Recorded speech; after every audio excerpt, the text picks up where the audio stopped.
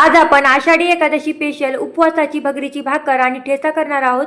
त्यासाठी इथे मी 1 वाटी भगर घेतली। भगर 2-3 पाण्याने स्वच्छ धुवून घ्यायची। भगर स्वच्छ धुवून झाली की एका चाळणीत काढायची, म्हणजे खाली पाणी निचरतं। पाणी निचरलं की नंतर सुती कापड्या भगर आपल्याला फॅन खाली वाळून घ्यायची। भगर वाळून झाली की थोडी थोडी मिक्सरच्या भांड्यामध्ये टाकून भगरीचं पीठ करून घ्यायचं। तर पीठ करून झालंय, आता आपण भाकर करायला घेऊया। परातीमध्ये चाळणी ठेवायची आणि पीठ आपल्याला चाळून घ्यायचंय। नंतर थोडं थोडं पाणी टाकून भाकरीचं पीठ आपल्याला मळून घ्यायचं। जसं आपण भाकरीचं पीठ मळतो ना त्याच प्रकारे हे पण पीठ मळून घ्यायचं।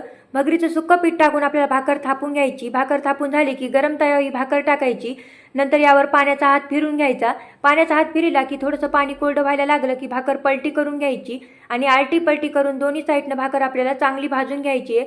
तर दोन्ही साईडनं आपली भाकर खरपूस अशी भाजून झालेली आहे। भगरीची भाकर तर तयार आहे। आता आपण यासोबत खाण्यासाठी ठेचा तयार करून घेऊया। त्यात तयार थोड्याशा मिरच्या भाजून घ्यायच्या, नंतर त्यामध्ये तेल टाकून पुन्हा भाजून घ्यायच्या।